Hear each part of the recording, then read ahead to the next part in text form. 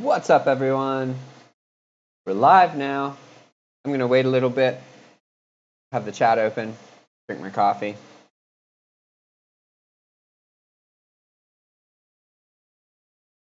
Let's see. Okay.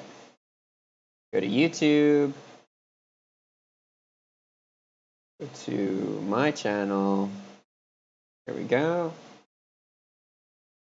Nice. Hey, Brian. How you doing, man? I'm doing pretty well. It's always good to hear from you. Today is going to be kind of like a course club episode. Whoever joins, I'm going to be waiting for Rita and Bray to join, and then we're going to talk about a course. We'll see how it takes for the others to join. I don't have anything to present or talk about. I'm just here waiting, so we shall see. I feel pretty tired today. I've had a lot of trouble waking up recently. Like when I wake up, I just want to be like, I want to stay asleep. And it doesn't matter how long I slept for. You would think that if you get 8 or 9 hours of sleep, you can just wake up. That requires getting out of bed and having a good reason to get out of bed. And that part can be tricky. I definitely struggle with that sometimes. Not all the time, but sometimes.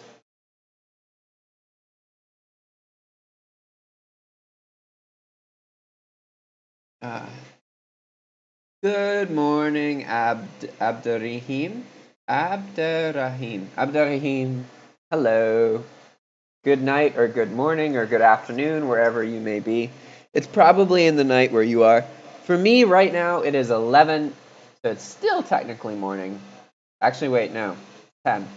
Yeah, 10 in the morning. Almost afternoon, but not quite. But we're getting close. Definitely getting close.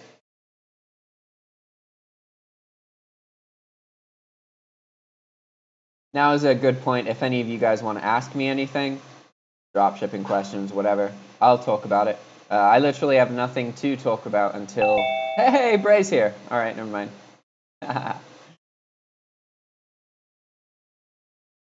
How you doing, Bray?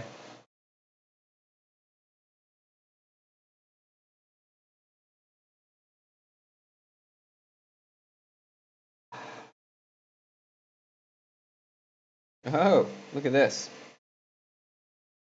Abdelharim is in France, and it is nighttime. Oh, France has such great pastries. I love croissants so much. Or croissants. I don't know how you say it in French. They're so good. Kind of hard to find really good croissants here. Oh, and Mohammed is in Paris. Look at that. Got multiple people coming here from France. Mohammed Mahini says, hey Jack, what do you know about wholesale drop shipping from China onto eBay? Unfortunately, I know very little about it. I do know that it is one of the ways that eBay actually wants you to drop ship. Because eBay isn't against drop shipping. They're against drop shipping using Walmart and Amazon and their competitors. Because eBay doesn't like it when an eBay customer buys something from eBay and they get a box that says Amazon and has an Amazon receipt in it. Because essentially you're advertising that the other platform is faster and cheaper. So eBay doesn't like that, right? But if you are doing more like traditional drop shipping, then it's likely that you have a manufacturer somewhere that you have a relationship with.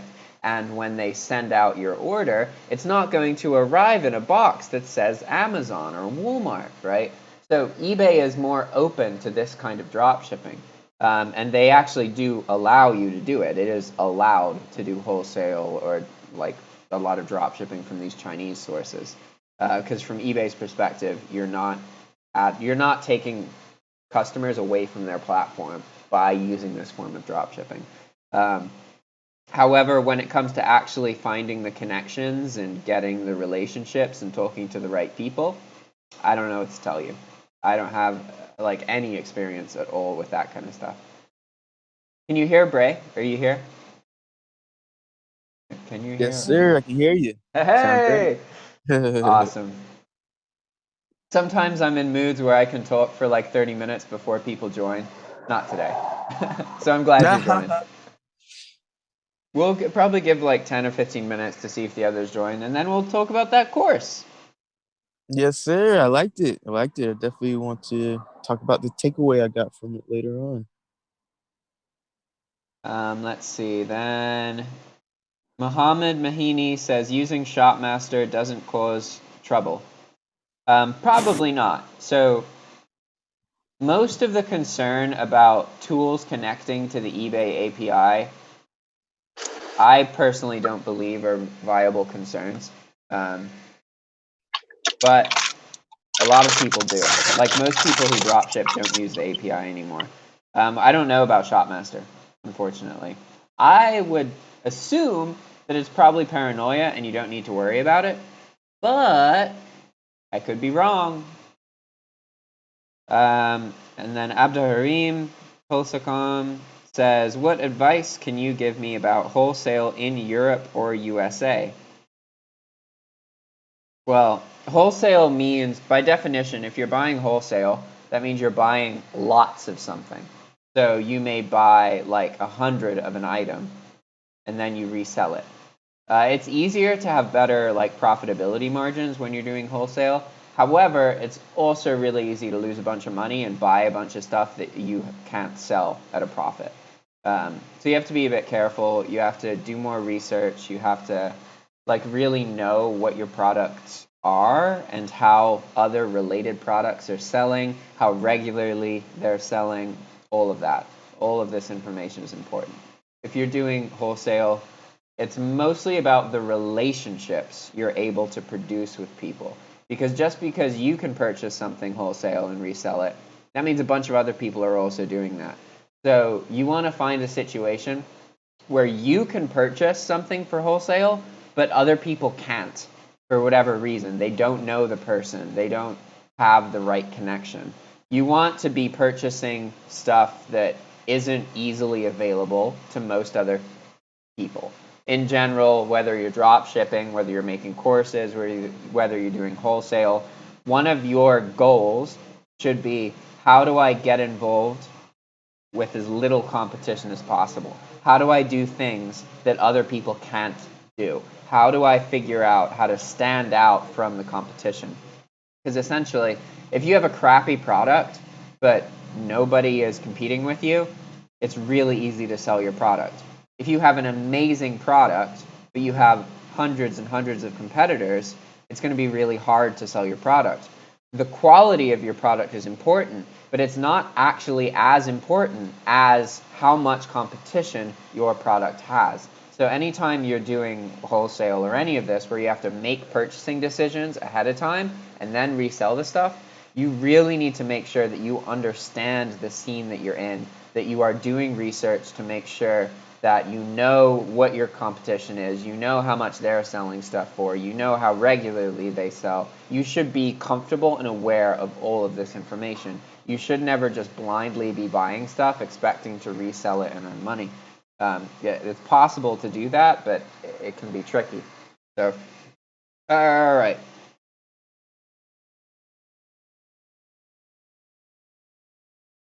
Mohammed says, thank you so much for the customer service sheet. You updated on your channel. It's a lot useful.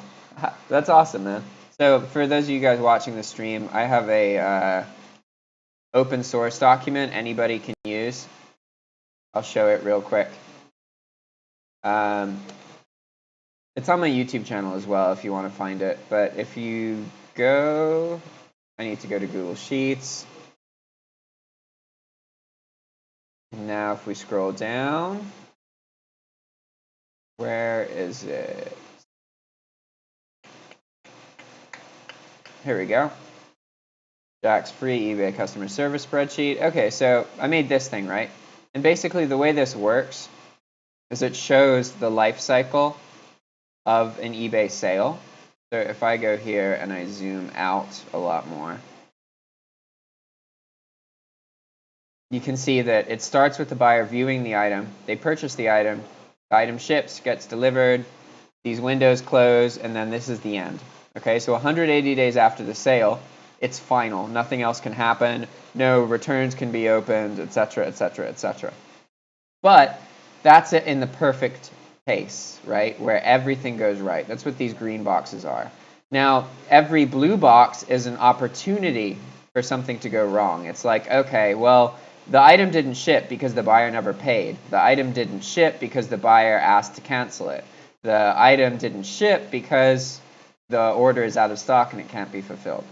So the way this works is you identify where your problem is. Like, let's say you get a message from a customer saying they lost the package. You would be like, okay, they viewed it, they purchased it, but it didn't ship. Or if it did ship, it didn't get delivered because it was lost in transit, right?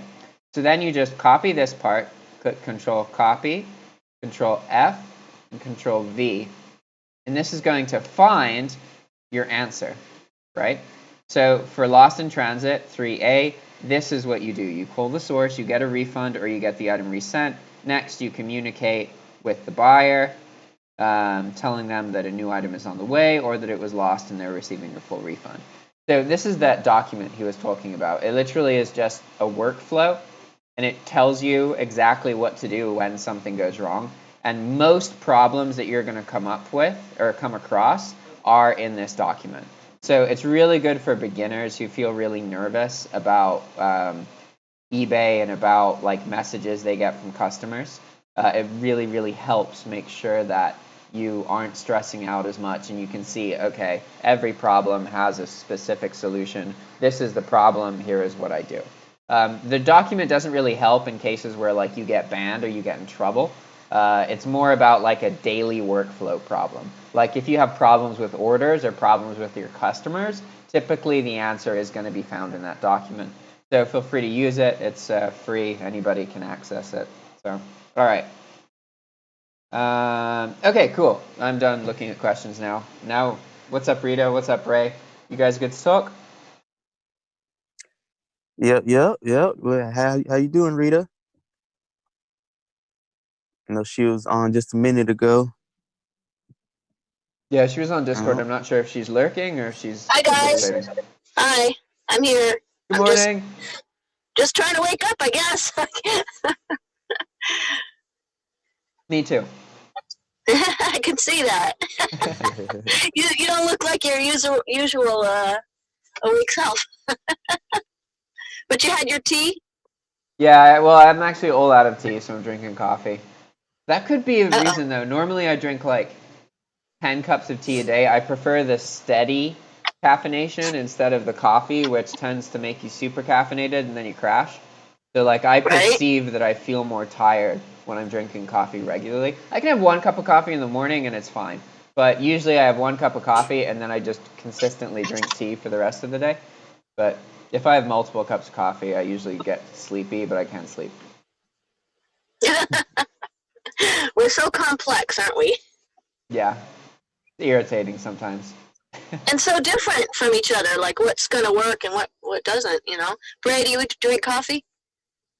Not really. I do sometimes. I try not to drink it that much, so when I do need it, it hits really good. Good idea. Yeah, absolutely. That's the preferable way. I think I like having, like, there's something about having breakfast and then making the coffee and smelling the coffee and drinking it. It's a nice way to start the day. I definitely like that. Um, but also here in Nicaragua, coffee is so good and so cheap. Like, it's awesome. You can get a pound of, like, nice fancy coffee for $4. And like that's Nice. expensive. Like you could get like a pound of coffee for like 50 cents if you're buying it like directly from the farms and stuff. Jeez. It's crazy. I just looked up. Caffeine is the #1 used drug.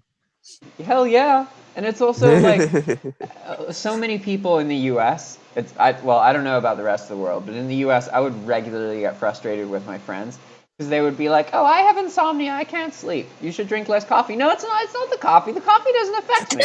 You drink 3 cups of coffee a day. Oh, no. It's not the coffee. It's like, but it's so easy to think that coffee isn't a drug, but caffeine is. It's very much a drug. It's a strong drug, and we Yeah, act like it's not a drug. You know, there's plenty of people who will judge others for being prescribed antidepressants or whatever, but then they'll turn around and drink their coffee every day. And it's like, it's super hypocritical, because it's a scenario where, because so many of us drink coffee, we treat it like, oh, it's normal, it's not a drug, it's Yeah. just part of regular life. But the reality is, like, it's an addiction, and loads of people are addicted to coffee, and loads of people can't sleep properly because they have a caffeine addiction. It's ridiculous. Yep. That everybody's got to figure it out for themselves, I guess. You know, like you said, I think a week or two ago, Jack. You know, just you can just talk to your blue in the face to people, and until they're ready, you know, they're not going to do anything, and that's okay. You know, I've been that person too. You know, just when they're ready, they're ready. Yeah, you can lead the horse to water, but you can't make it drink. Yep. Yep. Did you get a chance to look at the course, Rita? I know I sent it to you afterwards, and you weren't in the call last week. Yeah, you talking about the one about organization and? The Skillshare one. Yep. Yeah. I watched. I think I watched the whole thing. Yeah, I liked it. I have my own thing that's sort of evolved over time, where I use Google Calendar and Google Keep, and I use Google Keep for a few different things. Google, I don't know what it compares to. I think it's like just notes, you know, just notes, and you can have a different one for each whatever, you know. Yeah, Keep. So awesome. I have one for every day of the week, you know, Monday through Sunday, and so for my appointments for dog care, I put those on my Google Calendar initially, like when the person calls or texts me.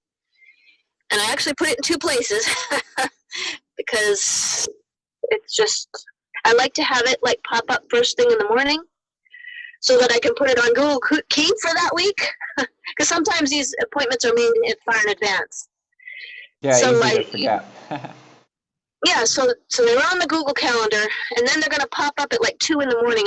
They don't notify me because I'm sleeping, but as soon as I wake up in the morning, I see it there for that day, so that it gets onto the Google Keep for the week. So I'm just, you know, I know it sounds kind of confusing, but it's what works for me. You know, seems to make sense.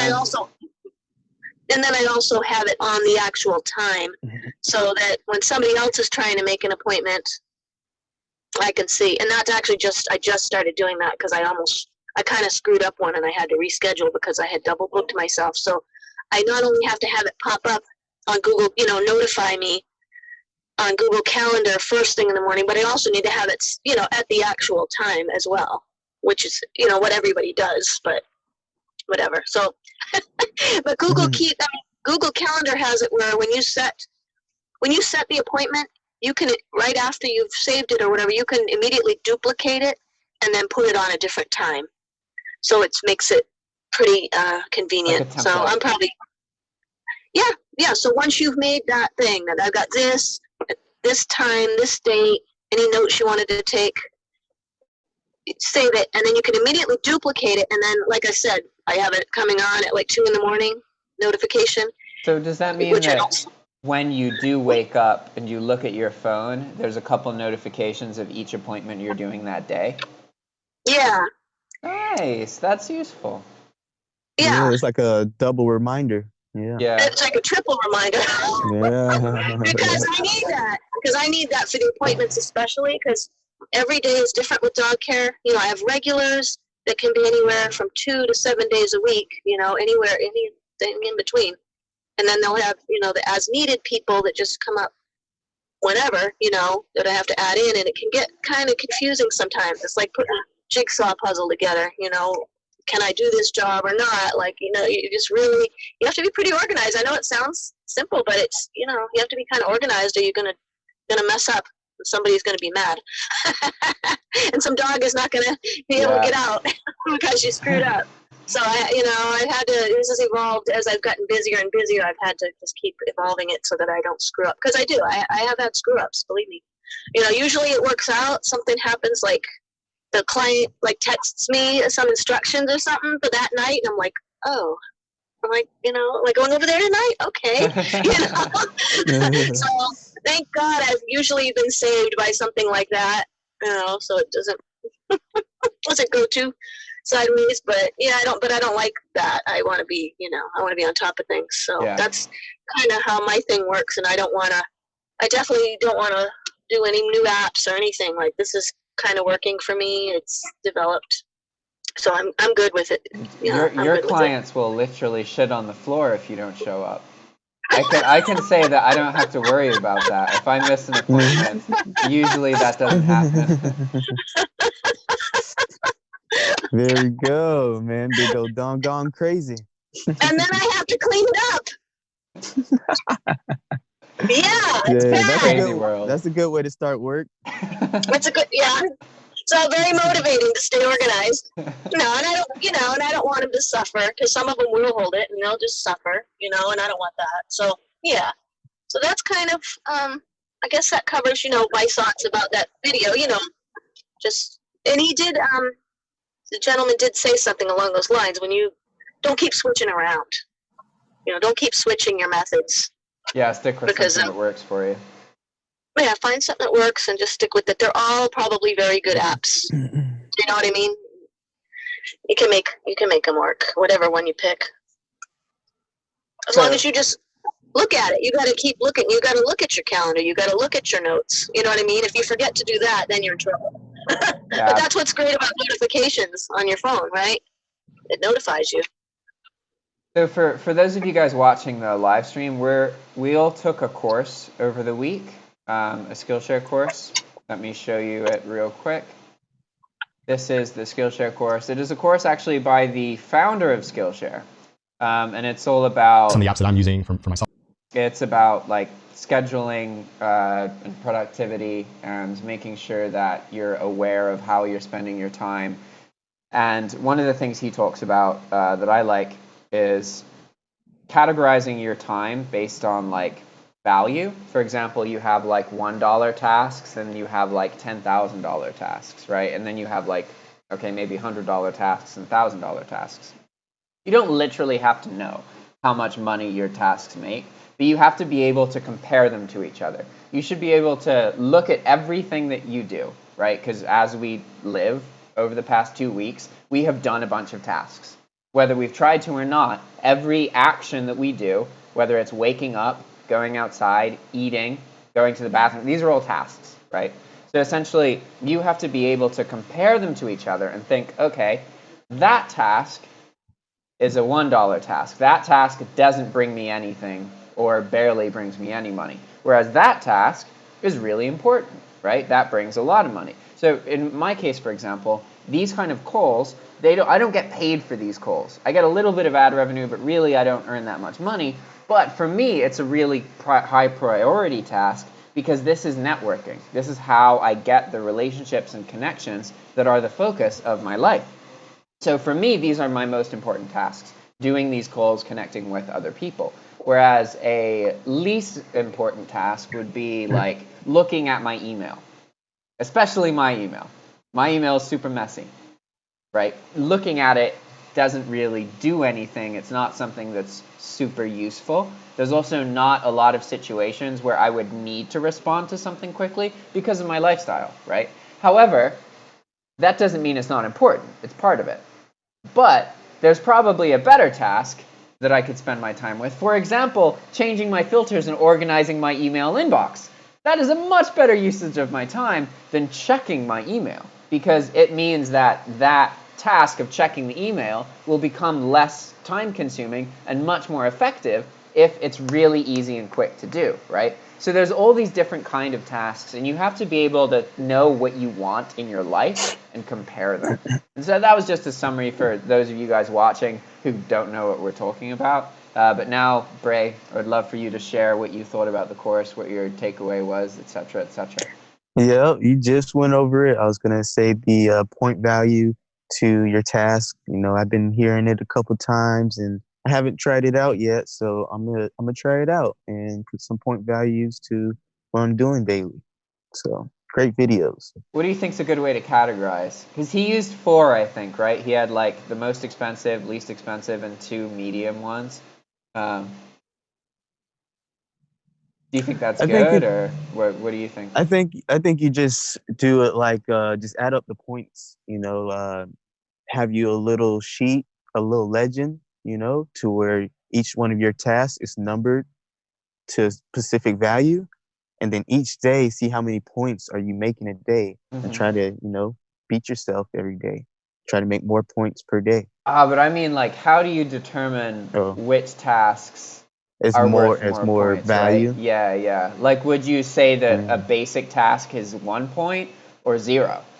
Like, because It's a there's a lot point. of It's a things. point because you gotta realize it takes energy.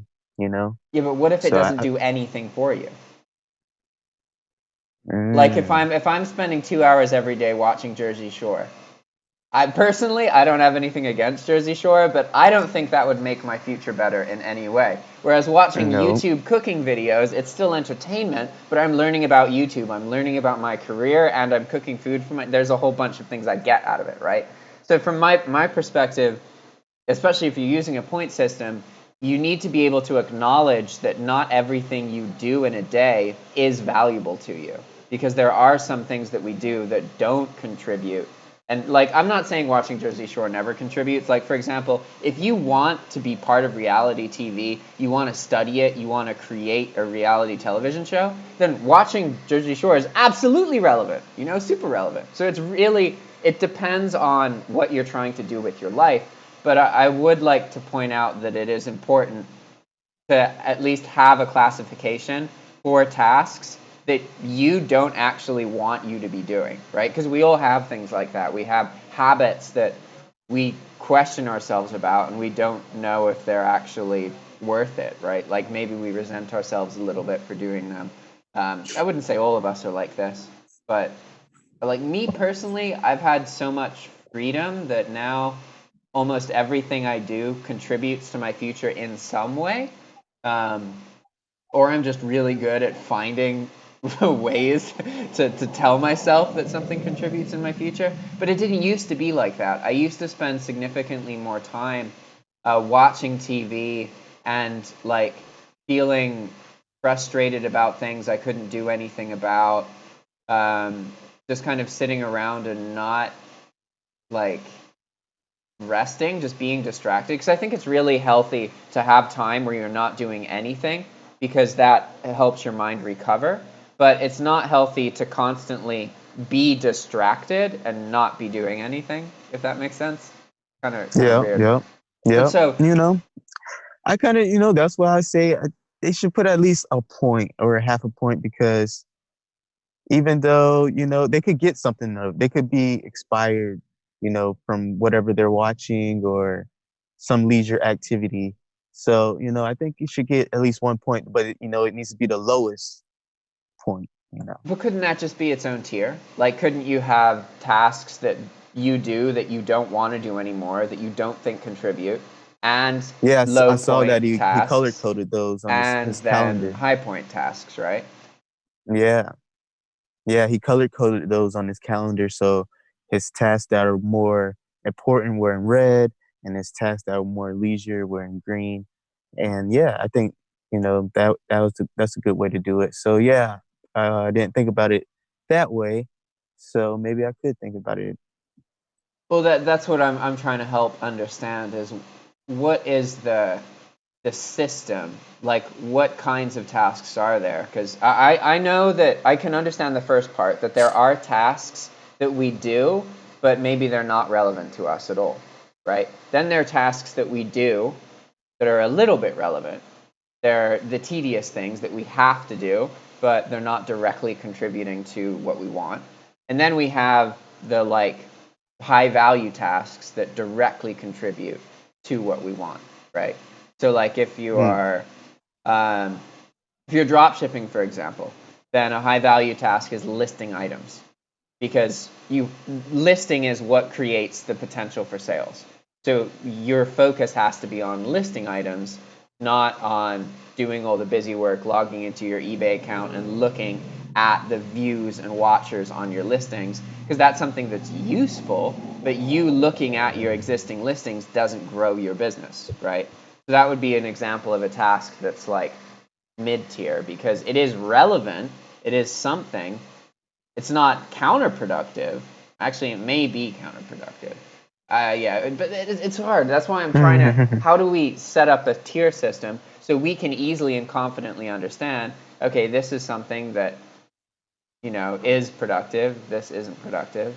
Do you think we can just make up numbers, or what are your thoughts on how would you figure out how many points each task gives you? I think we could look on, maybe don't just jump out the gate and put point values on your system. Just write down what you do every day and then analyze and see what brought you the most progress, Okay. and go off of that. Okay, so if you were to, that makes sense because you have to start with what you do. You have to start with understanding the actions you already complete and figure out which ones are better for your future and which ones are worse. And it shows you your habits too. Yeah, that's a good point. So maybe having points doesn't even matter because really it's about you being aware of all your actions and then just the act of looking at them and comparing them to each other will make you feel whether something is more relevant or less relevant. And then from that point, you can just pick, okay, this is the thing I did that I think is the most productive and beneficial thing I did all week. So that's what I want to focus on. That's what I should try and do more of and prioritize, which is easier than just trying to sit down and think about it and say, okay, this is what I should be doing. Maybe it is better to look at activity, look at actions you've already done over the past couple days or week or whatever. I think that would be a more realistic approach for sure. Good. Yep, me too. Those are good questions. Anything else you took away from the course? No, that was the key thing for me. It was a nice, good, short course, and I like it. Did a good job, and he recommended other courses too. So he's a very cool guy. Yeah, I really like the Skillshare has a lot of really strong courses. If you look at their Skillshare Originals courses, which are all basically professionals who have some other famous life, and then they were asked to come onto Skillshare to make a course. So usually now, though, I pretty much only take those courses. Unless I'm trying to do something more specific, but in general, I'm trying to just take a lot of courses on Skillshare and learn things. But when I was studying marketing, I took a couple courses that weren't originals. I took one I really liked, actually. It was by this super, super hippie looking dude. He had a flower in his hair. He had all of the bracelets and everything, a bunch of really gaudy clothing. He made me look like I'm not a hippie at all. I was like, wow, this guy's vibe is strong. And wow. At first I was overwhelmed by that judgment. I couldn't pay attention to what he was saying. But then I think he knew that was a thing and used that as a way to capture attention and then started just delivering loads of really useful information. So by the second video, I was like, wow, I started off judging your intense hippie vibe, but now I fucking love you. You're amazing. This is awesome information. I'm hooked. It was a really cool course. Dang. And it was super That's amateur good. course. I love Skillshare, man. I love it. Yeah, I'm hesitant to say the sentence, I love Skillshare, but Skillshare is a great option for students, definitely. I still feel bitter about Skillshare. So what happened again? So people were using multiple emails to get the free trial or something? I don't actually know what happened. I can't know. Basically, I was doing this thing where I was taking a Skillshare course every day for a month, and I did that twice, so I had 2 months where I took 60 courses. I was making one course every week or every 2 weeks. So in those months, I would make a course every week for a month, and I did that 1.5 times. So I published 6 courses successfully. I tried to publish 8, but 2 of them had problems. And I was working on that a lot for 4 months straight. It was a significant part of this year. My brain was okay, Jack, you need to get your name synonymous with Skillshare. When people think Jack, they should think Skillshare. Because I did that with dropshipping. So I was just trying to replace the dropshipping thing with the Skillshare stuff. Super focused on it, super focused.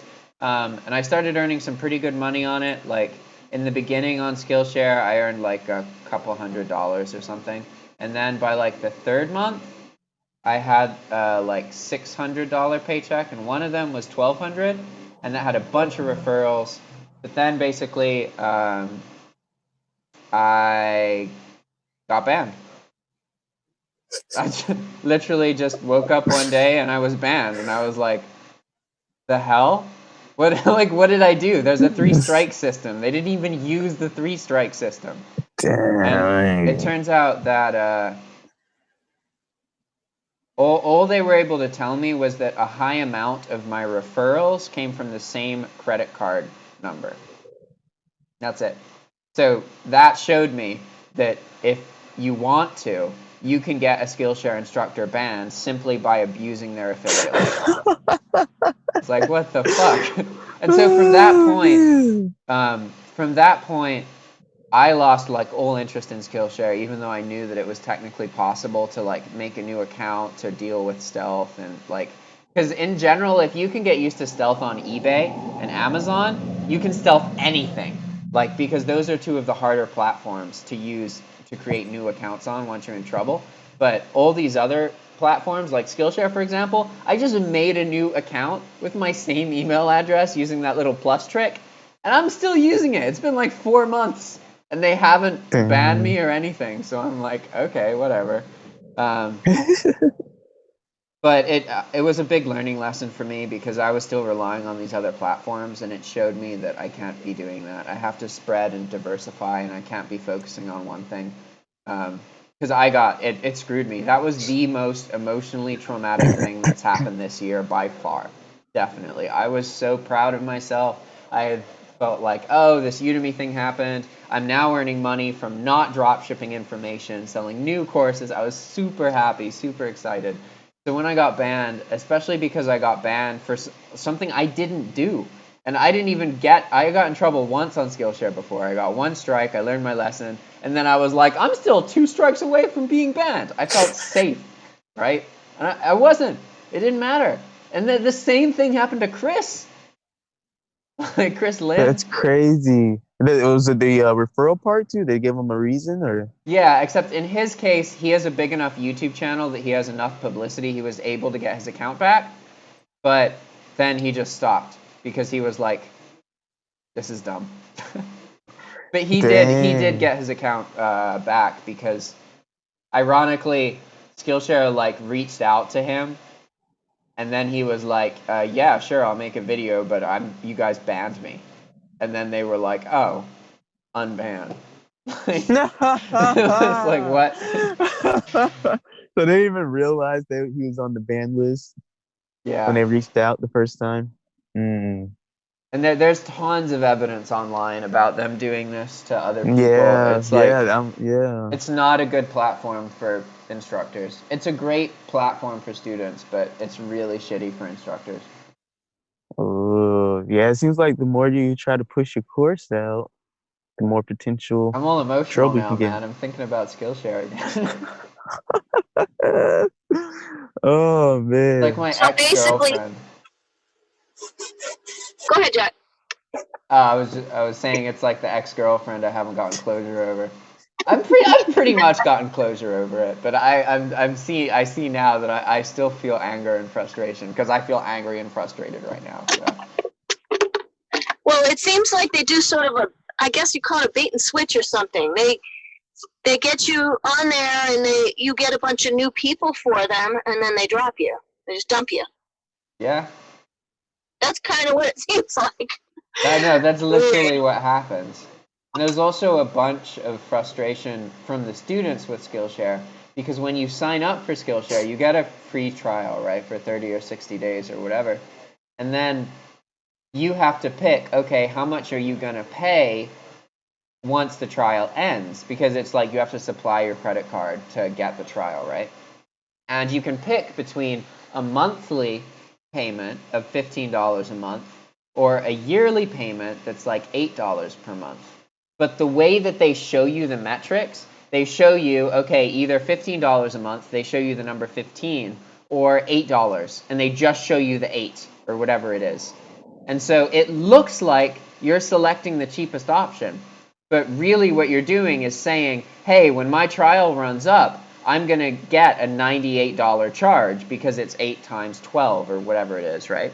And so that single miscommunication causes a ton of bad experiences on Skillshare because people think that they're just going to be paying like $15 a month or whatever, and then they get a $100 charge and it's unrefundable. Like you can't get it back. So it pisses a lot of people nasty. off. Yeah, and they could literally just change the text on their landing page to accurately reflect the first charge the customer will receive. Well, they know. You know, they know that. They're tricking people. They're purposely tricking people. That's disgusting. It's irritating. But there's tons of great courses on it. Like, and it's so cheap. So cheap to access. For students, it really is great. You just have to be careful. I know. I guess it's we're kind of, we're complaining about something that's super cheap. When you think about $100 to take all these classes, I mean, come on. Yeah, it really isn't that bad. True. On Udemy, even if you're getting the courses for a deal, 100 courses or $100 is about 10 courses. So if you've taken more than 10 courses on Skillshare, you've gotten your money worth essentially. I've taken like 400 or looked at like 400, not taken all of them. But I've done a lot of research onto like what courses are available, and I look at the 10, 20-minute courses and I take those just as much as I can. There's tons of like 3 or 4 hour courses. I don't bother with those. Interesting. Okay. But so what do you guys think? For next week, we have a couple options here. We can find another course that we all want to take. We could set up tasks. We can... Any thoughts? Any ideas? I like doing another course. I really like it. Rita? Yeah, I agree. I like it. Doing that and then coming back and talking about it is great. Yeah, it could be a course club. Yeah. So I'll throw out idea out there on a course. Maybe we could do email marketing. I don't know. Oh, that is something that I know would be relevant to Rita and me. Exactly. I don't want email marketing to be relevant, but I know it is.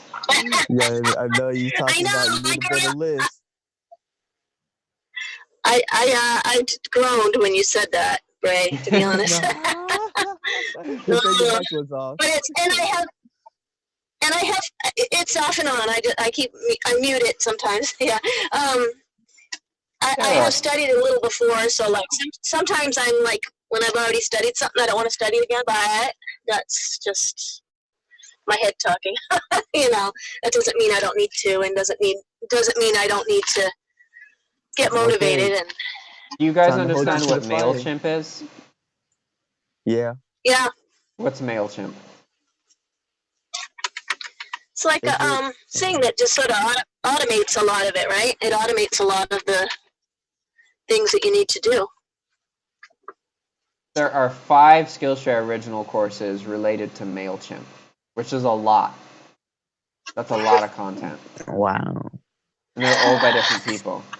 So basically, we got to pick one of these 5 courses. There is Getting Started with Email Marketing, Email Marketing Essentials, Email Marketing Essentials 2, Email Marketing for E-commerce, Email Marketing Essentials 3. But okay, it's not 1, 2, 3 like in order. It says Email Marketing Essentials, Designing Effective Emails by Fabio, Email Marketing Essentials, Writing Effective Emails. How is writing and designing okay, whatever, by Kate. And then the third one is Measuring Impact with Metrics. Woo! Our options. I think we should either do the getting started with email marketing or the e-commerce. So all of them are 30 minutes except the getting started one, which is an hour and 11 minutes. I'm okay No, taking not an that one hour then. course, but I don't know. We want to be realistic, so I maybe could. but could and will are different, right? I could take an 8-hour course, but I'm fucking not going to. Like I There we just know go. that. That's what's in the back But of why their would head you? saying. Yeah, I mean, we could take the hour course. I'm sure Bray wants to take the hour course. You feel comfortable with that, Rita? Yeah, Are it's you fine. sure? It's just up to you. Are you sure? It's Okay. whatever, No, it makes whatever sense one to you start want. with the getting started one. And it's also Yeah, like I mean, it makes sense. that course has 45,000 students, whereas the 20,000 other in home. ones have like 8 or 10,000. So apparently it's popular. Okay. Yeah. Okay. All right. And it's something you can listen to when you're doing, it's something I can listen to when I'm doing other things. It's not like I don't think I need to have a pen and paper out and do math equations or anything. So I think, it's not that bad. All right. I One just have to second. be careful I don't zone out. Yeah. Yeah, I because, hope they. sometimes after a while you start zoning a little. Yeah. Yes. Especially if their voice is nonchalant Yeah. and just talking through. Oh man. Oh man. Like So, some of the. maybe I should probably, go ahead. Oh, I was just gonna say like some of the audio books on YouTube. So funny. It's like, dang, there's some good information, but golly, talking so slow. Yeah. I usually, now that we're Does, talking about this, I'm having flashbacks because I'll often listen to courses on double speed and I'll watch them 2 or 3 times. And I find that even though, because I naturally will zone out and not pay attention, but if I've already heard the course once and I'm re-listening, I'm much less likely to zone out just because I've already heard the information before. It's more familiar. So I don't have to spend as much energy to hear it. So I'll often do that as a way to like absorb information without paying too much attention to it. Like I'll be playing a video game or watching TV or something, and then I have the course running like on a loop in my ear. And then when I actually sit down and try and study it, it's like boom, I get it like straight away. That's pretty good, Jack. I don't know how you do that. That's pretty good. That's I'll like a just think learned thing. when I start zoning out, I'm just gonna press pause and come back to it. I think. Yeah, it's probably more effective. I I historically don't know would if then it is. It forget might and be not for come me. back to it. Yeah, that could happen too. But no, I mean everybody's different. Everybody, like we were saying earlier, everybody's different in what works. How much caffeine and how much attention needs to be given and all that. Just all different.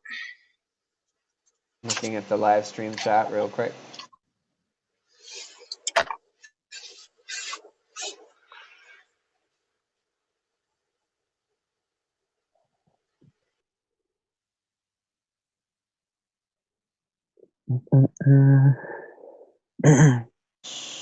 Jahovir earlier asked, probably not here anymore, but he asked what this live stream is about. So this is a weekly meeting, and people join, and then we come up with tasks or whatever. We're still experimenting with the different kinds of content.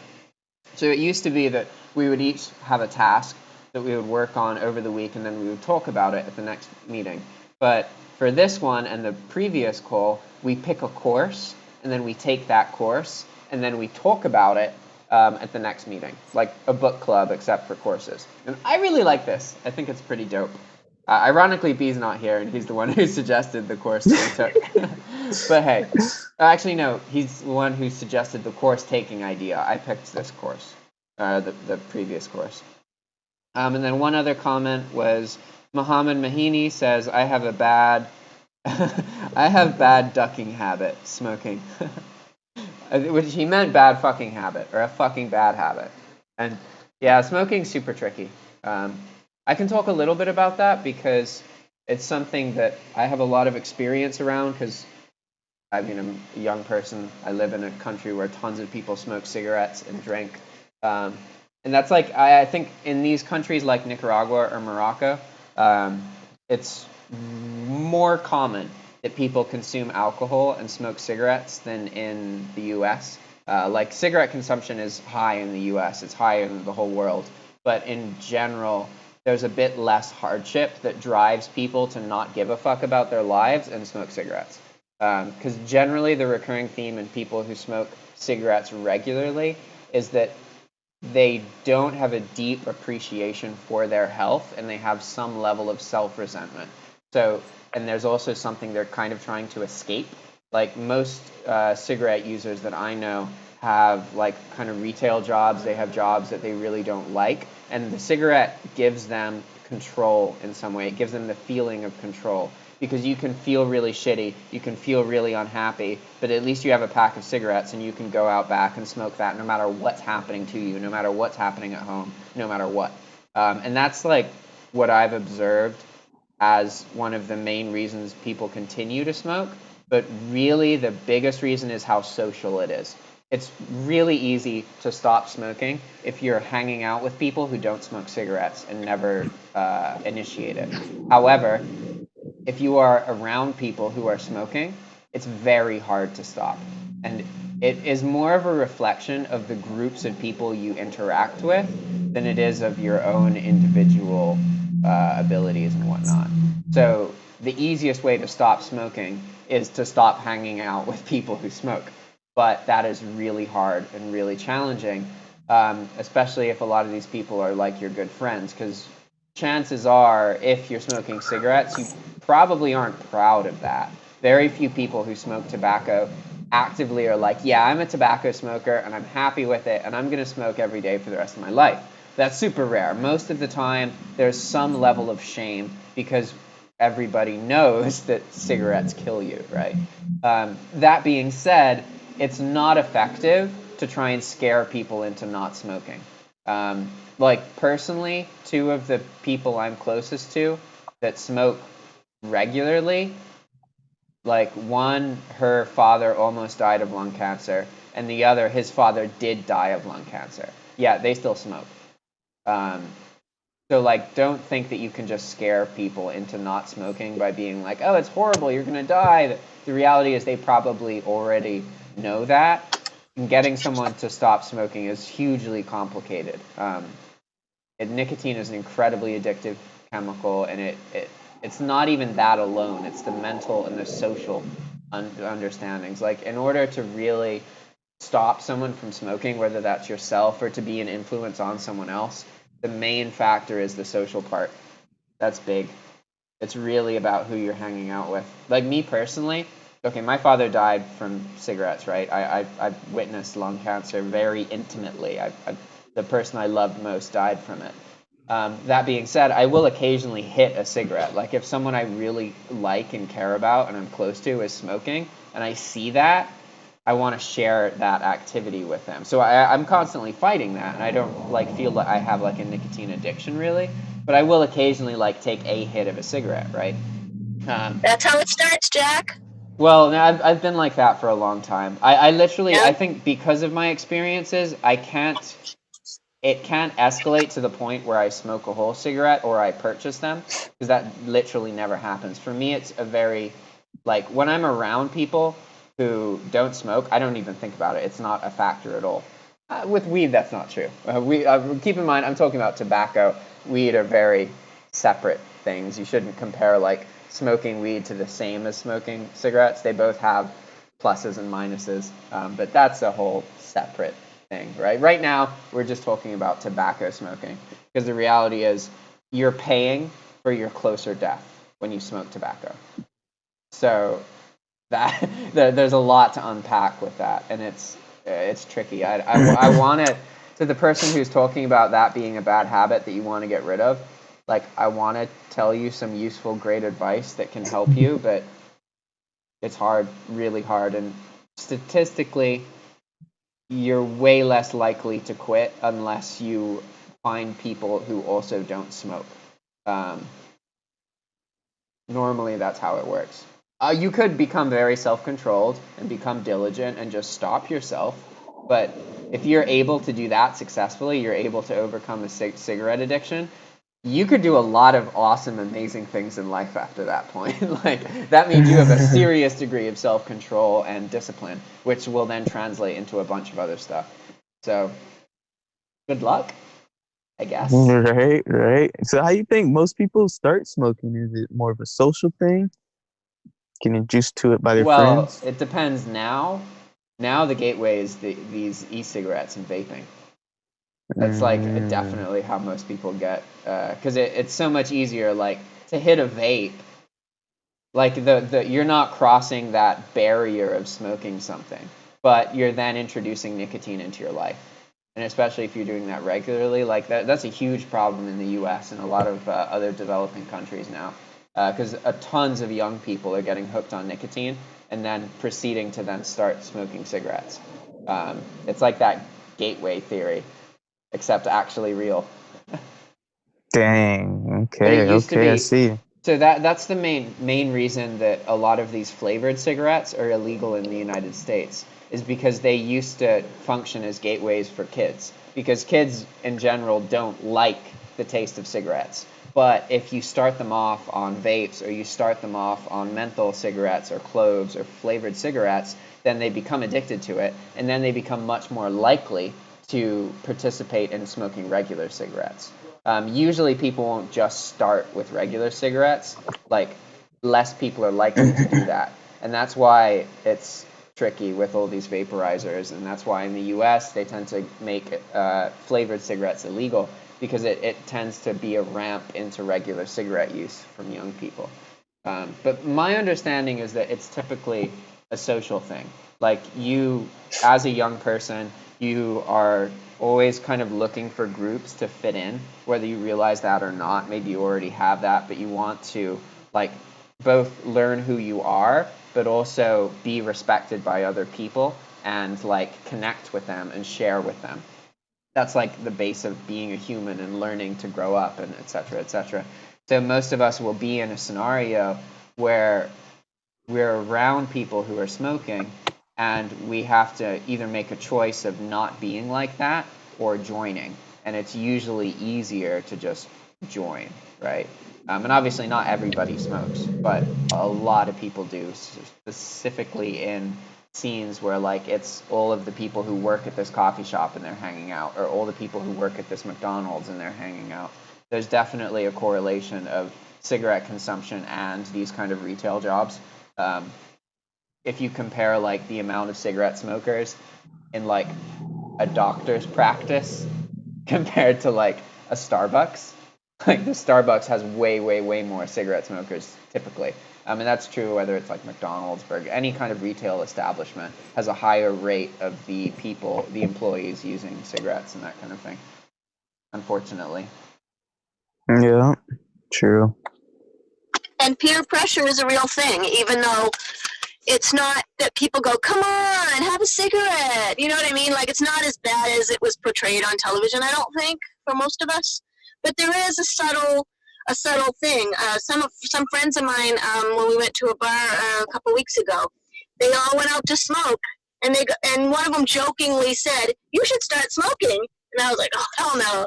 You know, I mean, in Yeah. my 50s now, I think I'm over it. But you know, there is a subtle thing, and it's even with drinking too. You know, if you're the goody two shoes that doesn't drink, you know, it's not that anybody really teases you or anything, but it's just this subtle feeling you get. You know that you're Well, not part of the group. it means you won't get invited to stuff as much.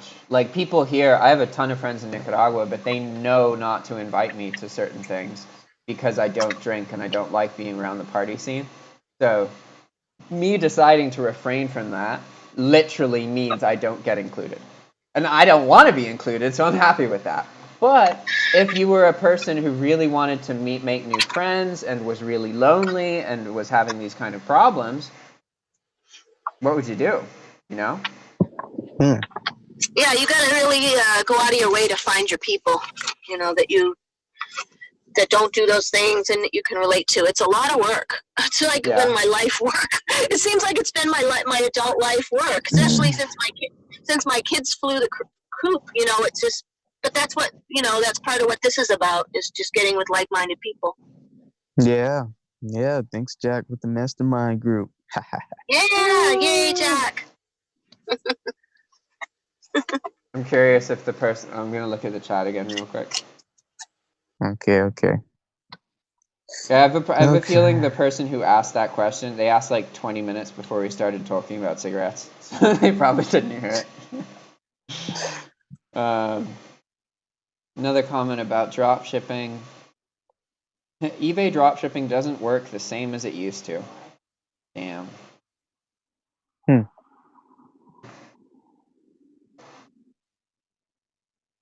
Anything you guys want to talk about? Yes, a little bit. Just that, I've been doing the consulting calls with Jack every couple of weeks, and it's been really great because I'm just sort of simplifying my life, and it's making me less frantic. Because I have a job that pays the bills, but I always feel like I should be making more money, and maybe I should, but I've been doing it in a kind of frantic way. Like, I went into eBay. I knew deep down that I don't like sales and different things. Doesn't suit me, my personality. And so, so this week, this last time I talked to Jack a week ago, I got to sort of like a list, the 3 things I have to do, the main 3 things. My dog work that makes a living for me, cook and clean, because that's helpful to me. It makes me feel good, and I'm trying to lose weight. And then Jack helped me to, get 3 steps for the weight loss. So it's just, I really, I just wanted to share that you can't be frantic. You got to really like take a step back sometimes, and make sure you're not just spinning your wheels and making yourself miserable at the same time. So, yeah, that's about it. That's like Yay, Jack. that references what we were talking about, Bray, earlier, how it's better to look at the activities you're already doing and to start from there instead of trying to think of all the perfect things you want yourself to be doing. That's definitely, because we're basically all our biggest critics. Like all of us have a voice inside of our head that is constantly telling us of all of our biggest flaws and weaknesses and the things that we're not doing right. And so it's ironic because a lot of us think that other people need to be told what to do. But really, they already have a voice inside of their head telling them fucking everything, and it's irritating them, and they've grown distant and detached from it. So trying to just tell people exactly what they need to do often isn't an effective way to help people. From my experience, the best way to help people is to help nurture them so that they can better communicate with that voice inside their heads that's already telling them what they need to improve on. I think that's something that Rita's touching on when she's saying that it's easy to get into that mindset where you're just frantically trying to do things and you're kind of aware of what you want to fix, but you're just spending a lot of energy and you're staying in the same place. You're spinning your wheels. That's definitely a common experience for most people. And that's why it's so important to just kind of, like, if in order to change the way that you are, you have to be aware of who you are and what you do. And that means being able to sit still and view yourself without trying to change yourself. You just have to be like, okay, in this moment, this is how I am. This is what I tend to do. It doesn't matter if I like it or don't like it. You have to start at that point. You have to be aware of yourself and you have to accept yourself. And then from that point, you can start to push yourself in different directions. But if you're always trying to push yourself a different way, you never get any traction. So it's really important to be able to view how you're doing and what you're doing without beating yourself up. And that part is super hard because of that voice that we were talking about earlier that's in your head telling you what you need to do, beating you up. A lot of us think that you have to beat yourself up to get something done.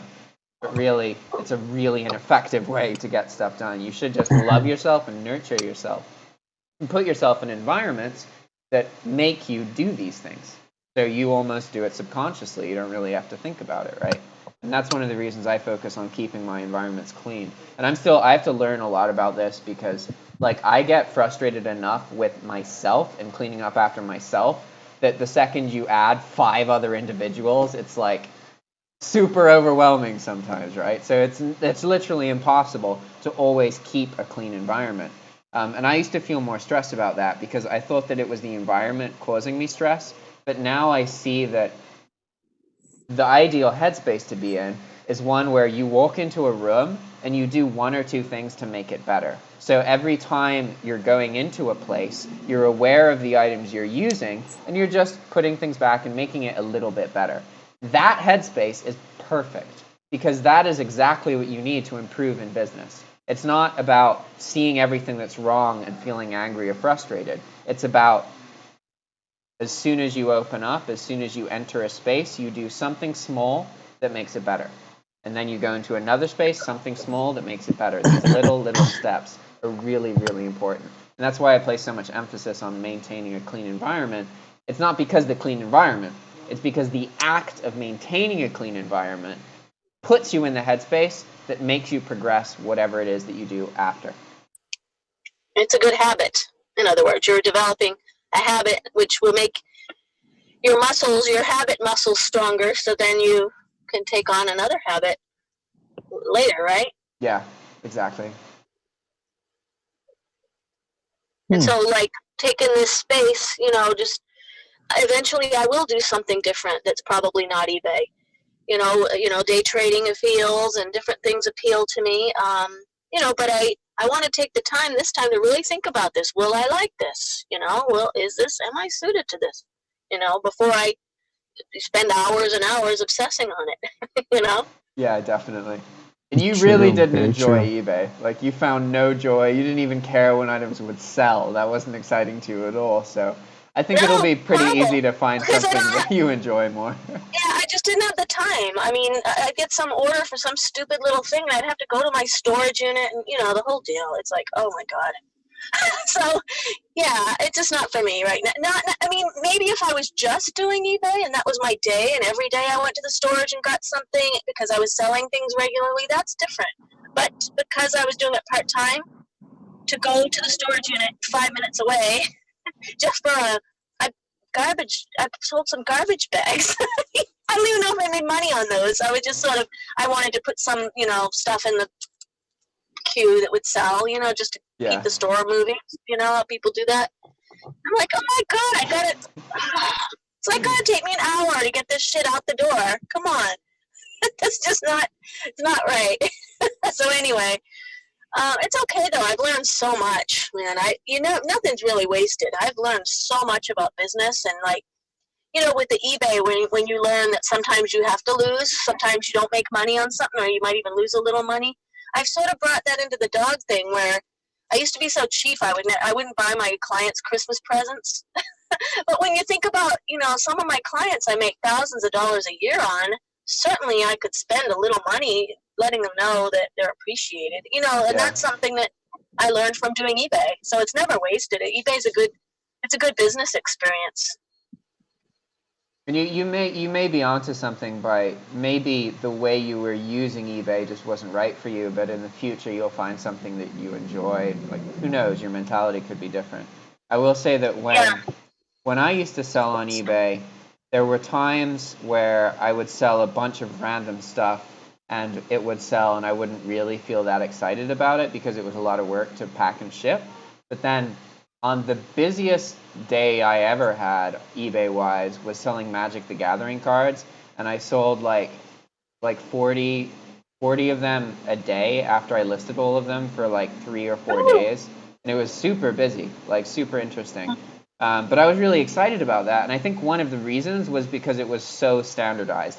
Every card, whether they bought 1 or 20 cards, went into a certain kind of packaging in a first-class mail package, and it just looked exactly the same as all the other 40 I was prepping that day. So it was really standardized. It was all the same. It was just like poop, poop, poop, poop, poop, poop, Yeah, poop, poop, you poop, could poop, get poop, into a poop. zone. Exactly. You could get into the zone. You weren't constantly having to learn. Yeah, and your Chris talks about that too. If you're constantly, having to package all these different types of things, it's like, whoa, Yeah. it's just a lot. Package It's a a lot. shoe, package a card, package a dental x-ray laser, package a printer. Like, it was a bit frustrating going from all that back and forth.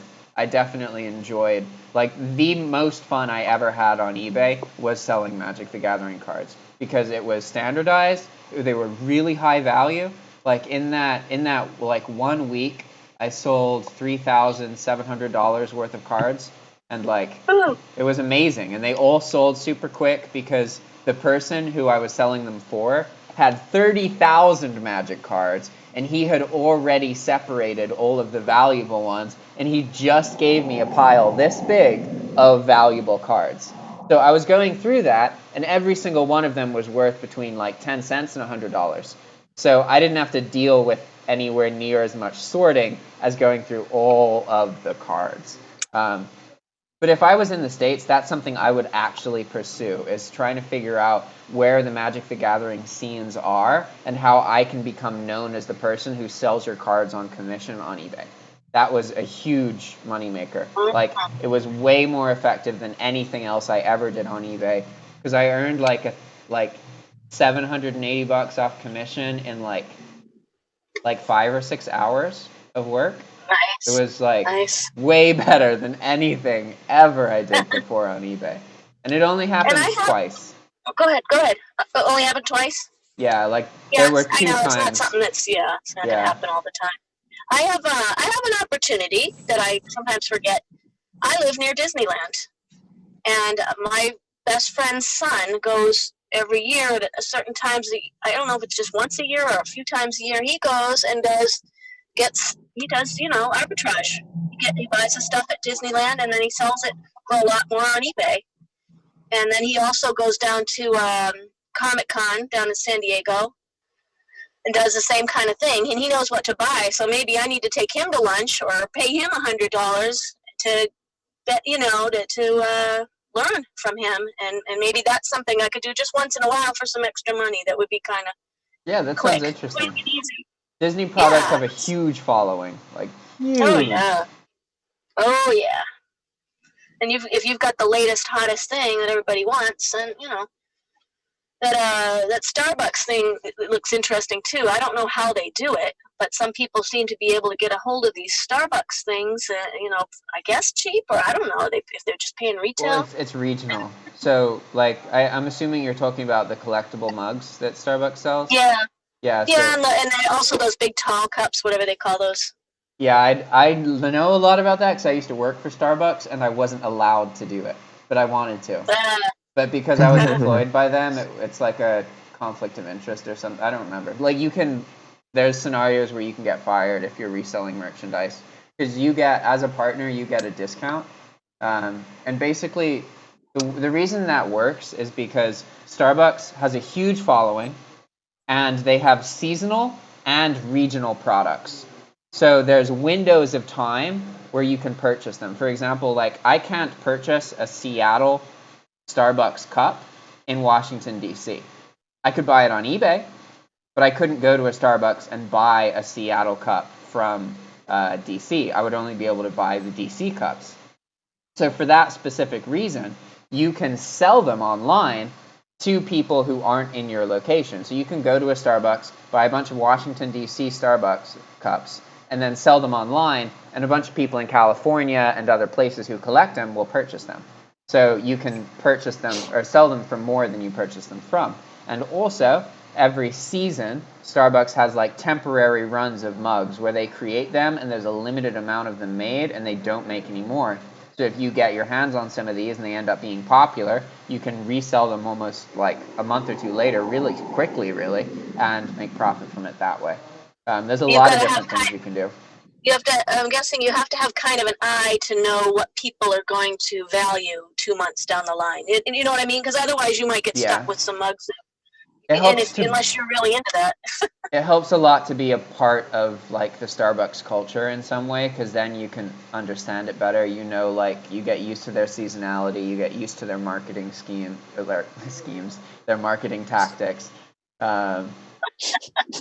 Schemes. I like schemes better. It's about the same thing. Yeah, they know too much. Yeah, well, since I don't work for them, do you think if I just studied Starbucks sold mugs or something along those lines, Jack? Yeah, you definitely could. If I remember right, they typically sell around $15 or $20. the like porcelain mugs with the logos that are regional. Because those are the collector's one. Like there's a couple. I've met like 2 or 3 individuals who actually collect them, and they try and have like all the different states of Starbucks mugs like on display. They look pretty cool. They are kind of like, it's not like it just says Wyoming. Like they actually have art related to the area. Yeah, Usually, it's they're cute. Yeah, they're cute. they're not bad. I mean, I could see myself not being totally disgusted selling those. They're all right. You know, like some things are like, oh God. But, you know, I mean, even fashion, you know, if you just, sometimes once you get into something, you start to see what people appreciate about it. Because I didn't care about fashion, but then I started learning to sell it a little bit. And, you know, then it started, oh, that's why this is cool. Because it has this special type of sleeve or whatever. You know, you just start to see it through other people's eyes, I guess. Yeah, it makes sense. Interesting, Jack. Thank you. Anything you want to go over, Bray? That's it, man. That's it. How's your trading going? Oh man, I've been doing bad. Doing bad. One thing Jack was talking about, you gotta be self-aware and see where your weaknesses are, and I'm just too jumpy. Way too jumpy. All in good time. Yeah. Is there any way you can trick yourself not to be jumpy? Maybe there's a trick. I gotta figure it out. I gotta figure out. I've been looking up a lot of NLP stuff and hypnotherapy, and I just gotta figure it out. I'm just jumping on the first thing that's popping, and I just gotta slow down, wait for the perfect setups. So can you explain and articulate what do you mean by being too jumpy? Because like from a general perspective, that would mean that you're going from one thing to another and you're not focusing on one thing long enough to grow it. But you're talking specifically about stock decisions, right? Yeah. So Yeah. can you elaborate on what you mean by like? Because maybe if you can talk about this more specifically, maybe you'll realize something that you can fix. Like, you know? I was thinking about that earlier when you was just talking about the self-awareness and stuff, and I was like, man, it would be so hard to explain it, you know. But pretty much what happens is you see the same type of patterns happening, like you're waiting for a specific buy signal, but you have to first determine, is this going to be a valid buy signal, you know, based on the past information that already happened. You know, there's certain tattletales that you can tell, like, all right, you know, this is not really a good buy signal, you know. But sometimes you'll be so focused in on the buy signal, you won't realize that, hey, you know, I shouldn't even been looking at it in the first place. So, you know, the numbers are moving up and down and stuff, and you're just trying to, you know, catch the moves. You're trying to make sure you're there on time because you have like a 10-second window, you know, to get your buy-in. And then if you want to get a really good sell, you got another 10 to 15-second window.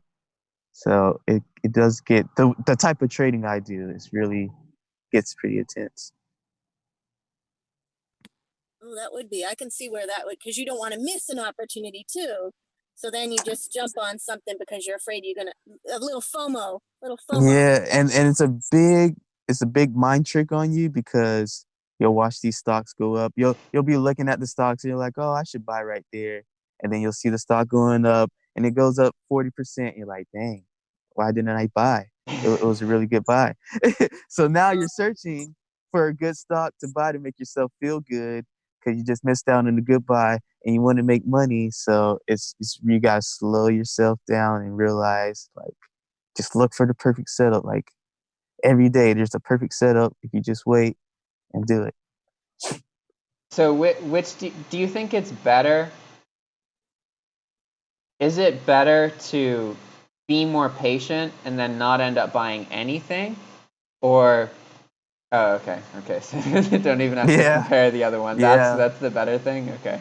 Yeah, literally, if you do not do any trades, that's literally putting money in the bank, especially if you're a beginner trader. But you also got to, you know, take your chances to learn too. You got to learn what you're bad at. It's all about discipline and Following the rules. I'd like to make a video with you, Bray, because next year I'm going to be investing like $200 per month, and not like in day trading, but just in purchasing stocks and stuff. And Okay. basically, I want to focus on industries that are affected by technologies that are growing, such as artificial intelligence or like anything related to AI driving, because there's like the biggest sector of employment in the United States is drivers, and the biggest usage of artificial intelligence is for driving. So basically, we are right at the beginning of all of our driving jobs being replaced by artificial intelligence and computers and robots doing that And instead of automated driving. Yep. people. Yeah. So I want to figure out, okay, what are the companies, what are the stocks related to this switch that is inevitably going to happen?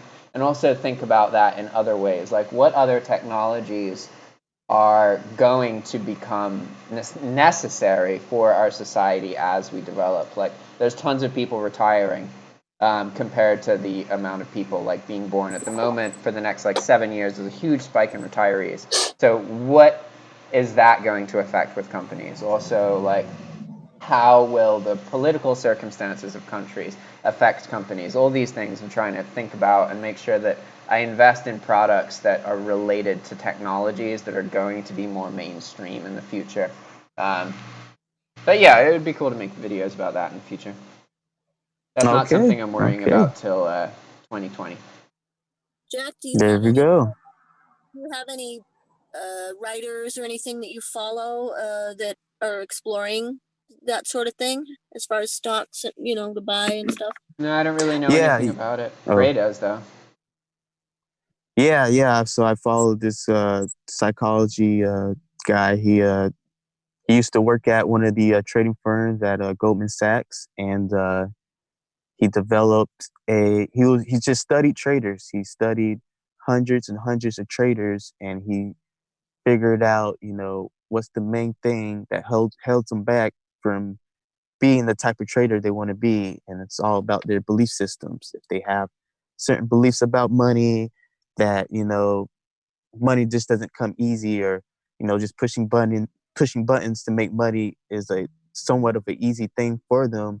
So they think that they don't deserve this money, or the fear of buying the stock at the buy signal and it's going down on you. So they had a past experience where they didn't use their stop loss, where you stop the stock from going down lower than a price that you feel acceptable with, or taking a loss. And they just let the price keep going down way past their stop loss. So they have that negative feeling stuck with them. So the next time they go to trade, they are scared to buy the buy signal. And that's true for me. That's what happens. It's crazy. It's tricky. It really is, because you just don't know what's going to happen. That's a common theme in all of life too, is like just because something happens to you once doesn't mean that it's a pattern, right? But typically humans respond as if something happening once is a pattern. Like if something tragic Correct. happens and a bunch of people die, then everyone's like, well, we got to do something to fix it, right? And the reality is it could have just been a coincidence. But something will always be changed as if it was a pattern, right? And that's something that's really common in a lot of ways in our society. We tend to overreact, and also simultaneously ignore things we should react strongly to. Like humans, Right. the best way to describe humanity is the word contradiction. We are capable of feeling one way about something and also feeling the opposite way about it in a different context. We are contradictions in so many ways. Getting back to that thing you were saying about how people, the patterns. One of the things when my kids were growing up, they use these little things you put a baby in, and then they can roll around the room. I don't know what they call them. Yeah. They're like upright before they can crawl. You stick them in these things, and it keeps them busy. And they roll around, and they're great, man. They're just great. But you gotta supervise your kid because it's a baby. But somewhere along the line, somebody wasn't watching their kid. I don't know. Maybe there were a couple, but I can't imagine it was that many. And the kid probably, tragically fell to their death downstairs or something horrible, And now they don't make them like that anymore. They're stationary now. They can't roll around anymore. So it's like, to me, that was like an over exaggeration because everybody I knew used them responsibly. But this is just an example. Well, we just got to cut off the toddler's legs so they can't even move. I mean, that way they won't get hurt, and I know that's a little bit lazy. You should probably just let your kid crawl, but that my kids they're all right. They are able to walk and everything, so it worked out okay. Yeah. And they had a blast in those things. It was so fun. Yeah, that's a good example though, because that's like a classic situation where a company needs to protect their liability and public image, so they need to be like, hey, in response to this, we're doing this now. But really, it really is a lot of it is about the liability, I think, a lot of times. So that's also a kind of unique American thing. It's not unique to America, but people are more babied in America, like in the United States at least, like definitely more babied than in a lot of places overseas. Not all places, but that's a thing. I know what you mean. There's jokes about that, how we used to ride around in the back of our dad's pickup truck, and now that's looked at as child abuse. And, drinking out of the hose. Have you heard that one? Wait, what's wrong with that? Apparently it's very bad for you. So we can't do that anymore. Because it's tap water, okay. Oh, no, I drink the tap water. I think it's something in the plastic of the hose. They probably don't make hoses like they used to either. But there's all these things. Helmets, wearing a helmet when you ride a bike, and seatbelts, for God's sake. When I learned to drive, we were barely getting into seatbelts. I mean, having to wear a seatbelt. You had a choice before that. And I remember the first time I had to put, before the seatbelts just went across your lap. And then they came out with these seatbelts that go across your chest. And I still hate them to this day. I just in the way. But, but it's like safety. That one's kind of realistic, though. Seatbelts literally do drastically, because basically if you're in a car crash and your body leaves the vehicle, you are probably going to die. So a seatbelt statistically reduces the fatality rate in accidents by a very noticeable amount. So I would say that one is actually pretty good. Whereas all of these other things. But the lap belts weren't good enough? I don't know. They didn't work? I have to check into that sometime. I'm comparing wearing something to wearing nothing. I don't know about the difference between the chest belt versus just a lap strap. Then if a lot of people would stop, using drugs besides caffeine, of course, and driving, that would help a lot too. Drugs and alcohol, that would help a lot. So, It would also be great if humans just didn't drive cars. That's way easier than getting people to stop drinking. Like, way easier. There'll be no more pulled over. You don't have to worry about getting pulled over anymore. I don't have to worry about being pulled over. I don't drive. I have a great, amazing life. I can walk to everything, and other people have cars when we go to the beach. Yeah, that sounds like that. But that's an interesting point about how one example that comes to mind is I know a lot of people who don't eat fish because they're paranoid about the bones getting stuck in their digestive tract. So they will freak out about the fish if they see a little pin bone. They're like, oh, you got to be really careful about that. Like, that's a trope. It's a thing. And like, meanwhile, I'm thinking about my past and all the fish that I've eaten and all the times I've gotten bones like stuck in my throat and stuff. And it just goes away. Like, I've experienced that maybe like 5 or 6 times in my life where like I have a bone stuck in my throat. And then every day it's a little bit further, and I can't feel it anymore after like a week. I never had to go to the hospital. I never did anything like that, and I'm fine. And that's a recurring theme in my life. There are so many things that I do that people are deeply unsettled by, and they think that they're horrific or wrong, and I'm just like, I've done this like 30 times, and I'm fine. I'm pretty sure it's not a problem. But obviously... No, I love fish. I used to be like pescatarian and I would pretty much only eat fish. Now I eat almost everything, but I avoid red meat. I like it sometimes. Like I use bacon as an ingredient in a lot of things, but I don't like eating like I don't feel interested in a steak and like some potatoes. That's not a meal I would be excited about. Um, but if I That's was all right. with someone who was Welcoming. very into steaks and they wanted to go have a steak dinner, I mean, I'd go, I'd eat it, but I wouldn't like. I used to be really interested in meat, like, but now that I have a strong association with meat and cancer, so I just don't have as much interest in it now. I eat more like fruits and vegetables and other things. But I eat a lot of fatty stuff as well, so I'm not going to say that I like eat healthy, but Just more steak for me. yeah. There we go. There I we like go. it. I like it a lot.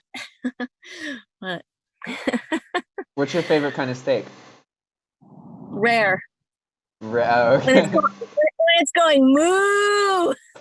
No, but I mean, like, Wow, what that's cut? surprising. What cut of meat? Why? Huh? What cut? Yeah. Expensive. You know, filet mignon, New York. What's that other one? We get sometimes the bone, T-bone, I guess. Stuff like that. The expensive ones. You can go to a restaurant here and get a filet mignon for $8. Don't make me sick. Well, Come how much on do you now. usually pay, Rita? Huh? How much you usually pay, Rita? Like $30? I don't go to restaurants for it. I cook it at home. I don't Oh, know. I don't look at the price tag. I try not to look at price tags anymore. dang, I need to get in the dog sitting business then. Golly. Yeah, well, I got some little tricks, but I can't talk about them online. But yeah, just got to keep as much of your income as you can. Let's just say that. Okay. Okay. You know, and you work for yourself. You know, loopholes and stuff. Loopholes. I think in Costco you can get like a whole filet mignon or a tenderloin for like a decent price. I remember looking at that once to cook it, and I did the math, and I was like, huh, this costs $30 in a restaurant, and it costs $30 to get enough meat to make 10. Okay. Yeah. Okay. And my roommates now, if I bring it home, they'll put it on the grill, and I don't even have to cook it. So it's almost like I went to a restaurant. Oh, dang, that's pretty Wow. awesome. They like to grill. They makes them feel manly. So I just like, hey guys, I got steak. That is Yeah, pretty funny. I love my roommates. I need some friends who need to feel manly and will grill me food. I'm like the one who cooks in most of my social groups. There is another okay. individual who cooks, one of my roommate Camila, but she's currently in Germany for 2 months, so just me. Oh. She also cleans a lot. Oh, that's good. Oh, you must miss her. Yeah. Yeah. So, Jack, what we were talking about one time, a week or two ago, do you ever ask your roommates if they can pick up their things or anything, or are you just leaving that alone right now? No, they very much understand that I get stressed and I value like a clean environment and that kind of thing. But it's also important to understand that like a lot of the times that things are messy, it's not other people's fault. It's my fault. Like I can be a messy person when I cook.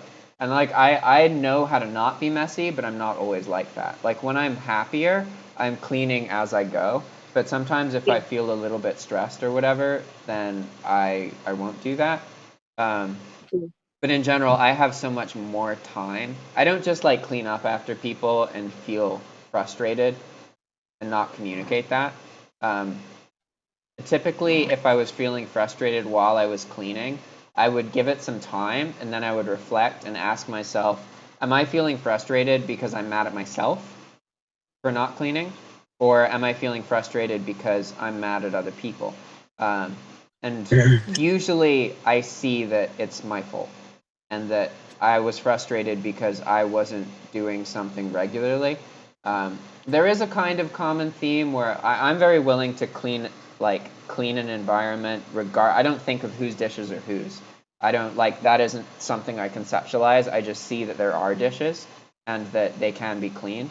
So sometimes what will happen is I'll like clean up a bunch of other people's stuff and then I'll leave a couple things and other people view that as my dishes and they don't know that I cleaned up a bunch of their stuff. Oh, So from gosh. their perspective, that's fairly common. Um, but in general, like I feel that I'm still lacking in my cleanliness to the point, like, I'm not at the point where I always clean up after myself as I make a mess. I can be in that state, that exists, but I'm like that maybe half the time. So I'll have like half the days of the week where I actually clean more than I make a mess, but then I also have other days where I'm being more messy than I'm cleaning. So because I know that about myself, I'm very hesitant to express anger or frustration towards others unless I'm very confident that Well, I know. go on. I wasn't really suggesting the anger and frustration thing. I was suggesting but maybe they, like you said, maybe they already know. Oh no, Like I they was definitely saying already about know. I when I talk had about the, everything going on really, okay, unless when I had the one roommate, I mean, all I had to do was say, "Hey, could you help me out? You could help out with this once in a while, or something along those lines." It was a little edge, there's a little edge to yeah. it, but not much. And she did. She totally kicked in, ended up doing more than me. So I don't know. I'm just throwing that out there. No big deal. I'm not trying to fix you or anything. Just yeah. I just hate to see you having to do it all. But realistically, it's not like okay, like for me, the act of cleaning when I do it, like I said, it puts me in that momentous state. And Yeah. I've been in situations where it's only me and there's nobody else to clean up after, and I don't have as much ammunition. Like it's easier to control the environment, and then I find myself in a situation where the environment's clean and I'm lazy and I don't want to do anything because I didn't do anything to make it messy and I also didn't clean it. Like for me, I'm better off when there is a little bit of mess and a little bit of activity that I have to be preventative to do. I'm happier in that way. But it can be too extreme. If I feel like I'm cleaning up after everybody, then I get frustrated. But the reality is that's not my circumstance now. I'm like Yeah. one of the messier people, so. Yeah, we're a house where there's nothing going on that's perfectly clean instead. You want to have activity and you want, and so it's gonna get messy. So I can Hmm. see, it's just That's part of that's that's too funny because I like my stuff to be already clean and organized and looking pretty. I don't know. I like that. I got spoiled one time with one of my ex-girlfriends. She made sure it was speck and span clean, and I was like, "Dang, where did you learn this and that?" Now I reflect back on that is from her mom. Just different ways of growing up. You learn different things that just stick with you. And I'm like, man, The book that there was a book I read that really inspired me to be cleaner. And I'm thinking about this because of what you just said about childhood. And for me, I didn't learn the basics of cleanliness as a child. And the basics of cleanliness is that every object has a home. I didn't have that yeah, concept. Like yeah. I didn't have that concept in my brain that there is a place for everything. I like didn't think about it that way. And so that led to me being messy because I didn't know where things went. And like I knew where some things went, but now when I acquire an object, I think of okay, where will this be when it's in use and where is its home? That is part of it. Like in every object in my life, that is something I have a concept about now. Um, and I'm not saying I'm the best at that. Like for example, my biggest like weakness or recurring mistake that I make is that I use a lot of mugs. Like okay, like right now this is my desk. Like there's 4 mugs of water. I don't need 4. I could just have one that I reuse, right? And I've known that about myself for so long, like I do so the same many thing. Same years. And thing. I could My literally mom just used to be go like, crazy. this is my water mug. When it goes out, I go and get more water and bring it back, right? But yet I don't do that. So, but I'm learning. No, But yeah, I do the the book that same helped me a thing. lot was that by Mina Okami, The Life-Changing Magic of Tidying Up. I love that book so much. The life-changing magic of what? Tidying Up. Okay. It's by like a famous Japanese author about, like, basically what she does is she goes to people's houses and she convinces them to throw away 90% of the things that they own, and then they don't have as much clutter and they're more organized. The basic premise of her book is like, you should put everything you own in a pile and then pick it up one by one and hold it and see, does it bring you joy? Does it make you feel happy? Like, I really like this hairbrush. I love this hairbrush. That's why I picked it up as an example. But her premise is that you should only have things in your life that bring you joy. If it doesn't make you feel good when you hold it, or you don't care about it, you should get rid of it. And that was really helpful for me. And then also the concept of everything has a home was literally taught to me by that book. That was the first time in my life I was like, I get it! Oh my god, I understand now! I didn't understand that before. Excellent. Okay, I'm gonna have to check that out. It's also a really short read. You could read it in like 2 or 3 days. Okay, I like that. Have you read the book, The Effective Executive? No. That book gets recommended a lot. It's a little short read too. The Effective Executive. I need to read wow. It's kind of hard to get books in Nicaragua, unfortunately. Like in general, like you can find books, but they're really expensive. Like, I'm used to being able to always buy something used.